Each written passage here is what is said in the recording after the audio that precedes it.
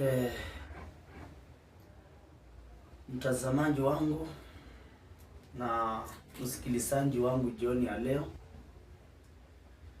ningependa nichukue fursa hii nikawasalimu nyinyi wote kwa jina la Yesu Kristo. Bwana Yesu asifiwe sana wapendwa.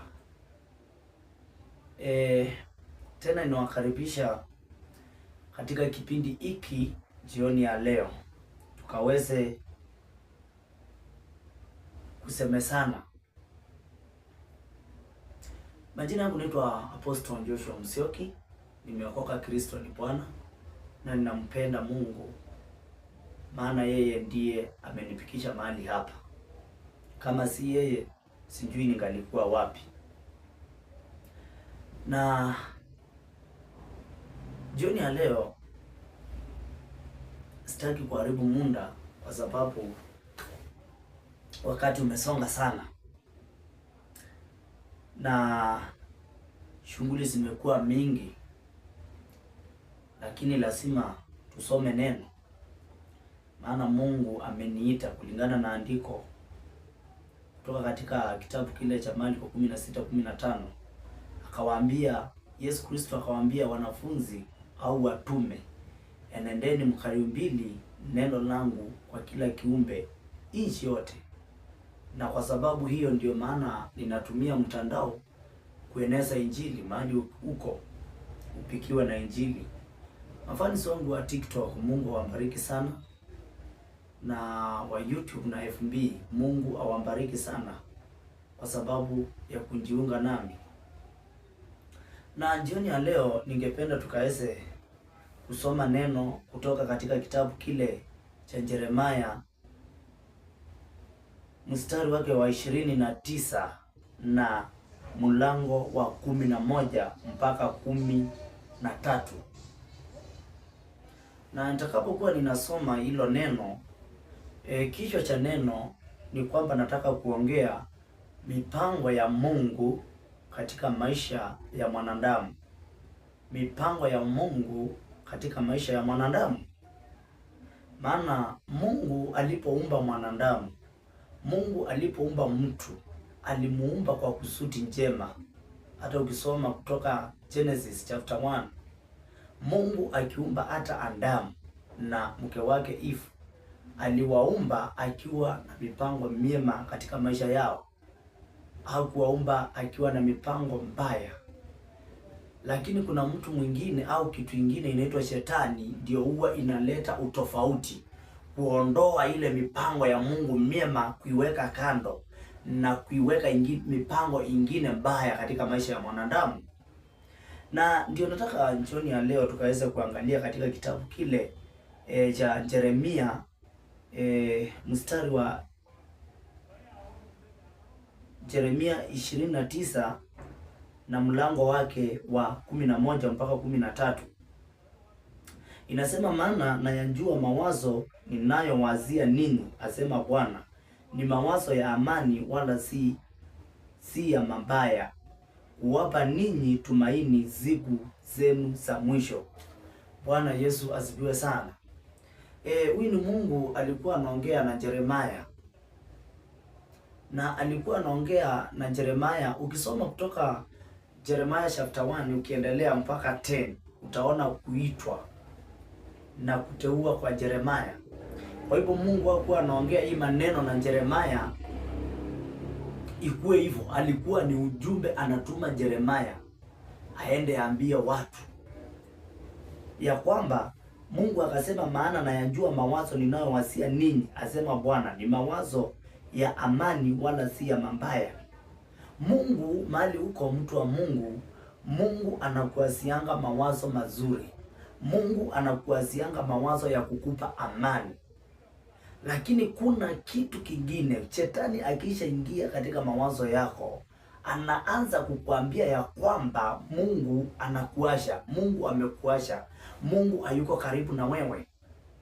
Lakini ningependa nikuambia kwamba, mpendo unayenisikiliza, hata kama unapitia changamoto za aina gani, hata kama umeachwa peke yako na watu wamekukataa, ile kitu ninaweza nikakuambia ni kwamba Mungu anakuazia na anakupangia mipango mema.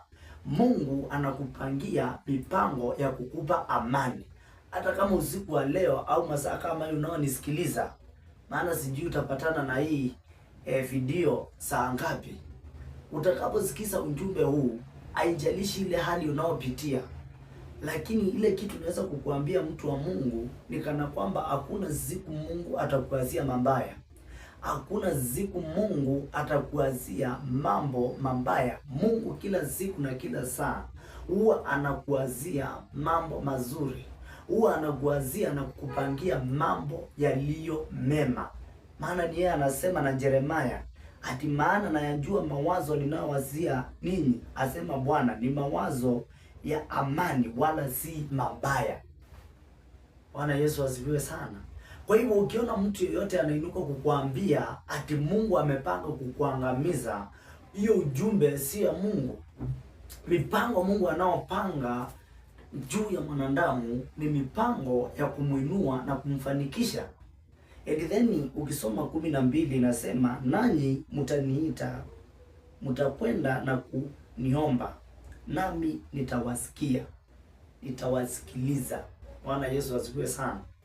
Maandiko inasema, akazidi kuongea akisema, nanyi mtaniita, mtakwenda na kuniomba, nami nitawasikiliza. Ile hali unaopitia ikiwa ni ngumu, ikiwa ni hali unapitia ambao unajiangalia, unaona ya kwamba hii hali unapita, hii jambo unapita ni kana kwamba haina msaidizi. Msaidizi wako ni Mungu.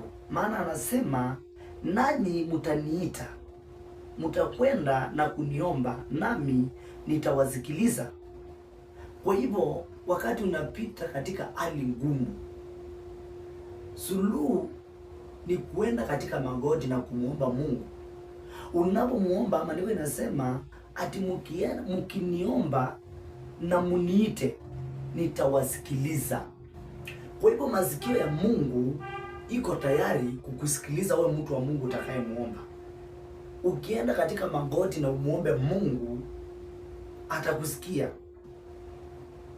And then 13 inasema, nanyi mtanitafuta na kuniona, mtakapo nitafuta kwa moyo wenu wote.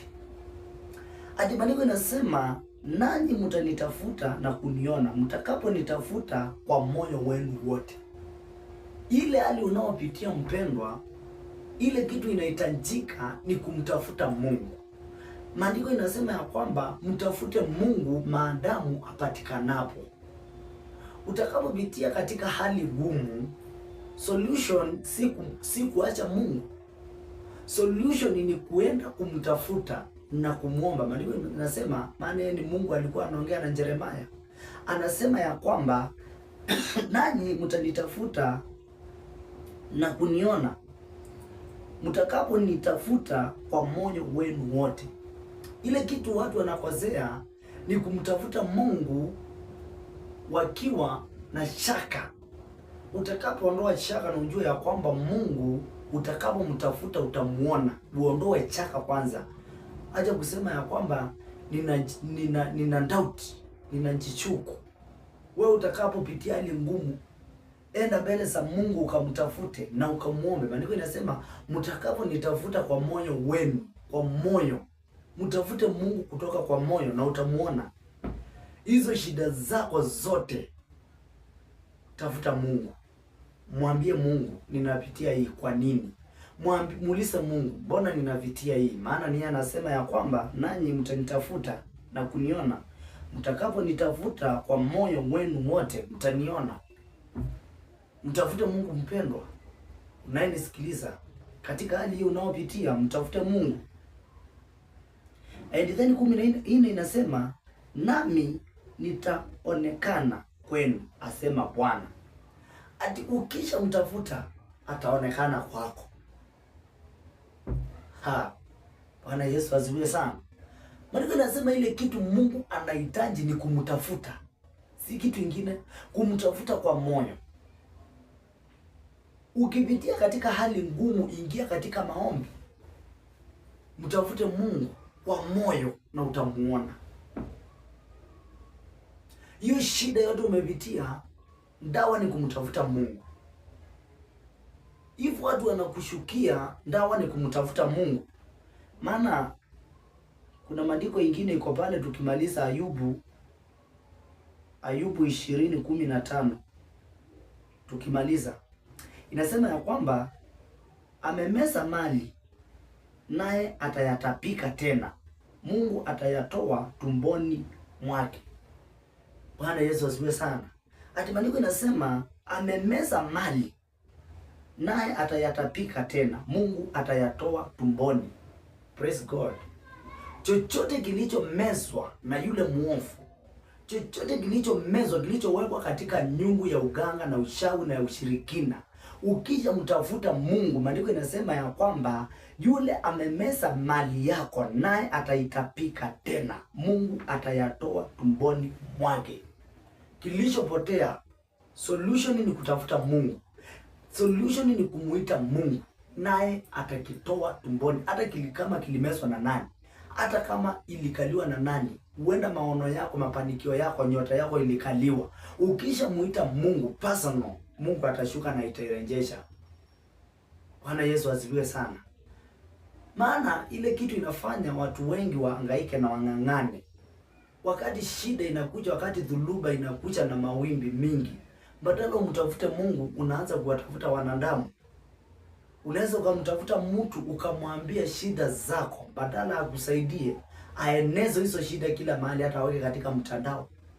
Unaweza tafuta mtu unayemtegemea, unayeona ni wa karibu. Nitawafundisha hiyo part nyingine kuhusu urafiki. Kuwa makini. Nitawafundisha kuhusu kuwa makini na yule rafiki unayetembea na yeye. Wengine unaona mnaotembea pamoja sio marafiki. Na ukitaka kujua si marafiki, ile siku utakuwa na shida, ndio utajua rafiki wa kweli. Maana kuna mtu utamwambia yale unayopitia, yale yanaumiza moyo, badala akuombee, badala akusaidie, atayeneza na ataambia watu ya kwamba yule mtu anapitia hii na ile. Lakini maandiko inasema katika kitabu cha Yeremia mstari wa 29 na mlango wake wa 11 mpaka 15, habari iko hapo ya kwamba Mungu anakupangia mambo mazuri. Ayubu alipokuwa anapita katika mangumu, Mungu alikuwa pamoja naye. Kwa hivyo utakapopita katika changamoto zisikufanye uache neno la Mungu. Changamoto zisikufanye useme ya kwamba Mungu hayuko. Mungu hako. Na Mungu anakuazia mema, na Mungu anakuazia mazuri. Na maandiko inasema katika Ayubu 20:15, kilichomezwa, mali yako iliyomezwa, Mungu atakurejeshea. Ati naye ataitapika tena, Mungu atayatoa tumboni mwake.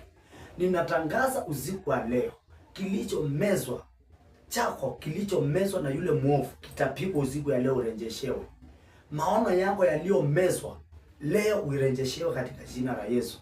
Ndoto zako zilizopotea, zilizomezwa na watu wa kwenu, haijalishi ni nani alimeza, haijalishi ni nani, lakini ninatangaza, wewe unayenisikiliza na unasikiliza sauti hii siku ya leo kama mtume, ninatangaza urejeshewe katika jina la Yesu Kristo. Watu wa Mungu tulipewa nguvu katika kinywa chetu. Utakapoamuka na kunena, hilo neno halitapotea bure. Hata hili neno ninanena hapa halitapotea bure. Ninakutangazia katika jina la Yesu Kristo, chochote kilichopotea kitarejeshwa. Chochote kilichoibiwa kitarejeshwa.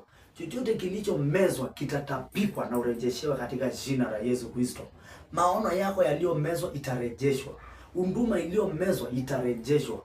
Biashara iliyomezwa na yule muovu itatapikwa na irejeshwa katika jina la Yesu Kristo. Ninawashukuru nyinyi wote mnaonitazama. Tutaendelea kwa kipindi kingine. Ukienda pale YouTube utanipata kama Apostle Joshua Musyoki. Ukienda FB ama Facebook utanipata kama Joshua Musyoki. Ukienda TikTok utanipata kama MC Joshua. Na Mungu atawabariki sana. Kwa hivyo ninashukuru sana kwa wewe umenisikiliza. Ukienda pale usisaulike na subscribe katika channel yangu ya YouTube, na ushare, ucomment na ulike. Na ukienda katika TikTok pia usisaulike kufanya ile mambo inafanywa pale, na Mungu wa amani atakubariki sana. Na hiyo video ukipata mahali uishare kwa watu kwa sababu ya kufikisha ujumbe huu. Kwa hivyo mbarikiwa sana wewe unayenitazama, na tupatane katika kipindi hicho kingine, na Mungu wa amani awambariki sana. Shalom, shalom, shalom, shalom. Amen.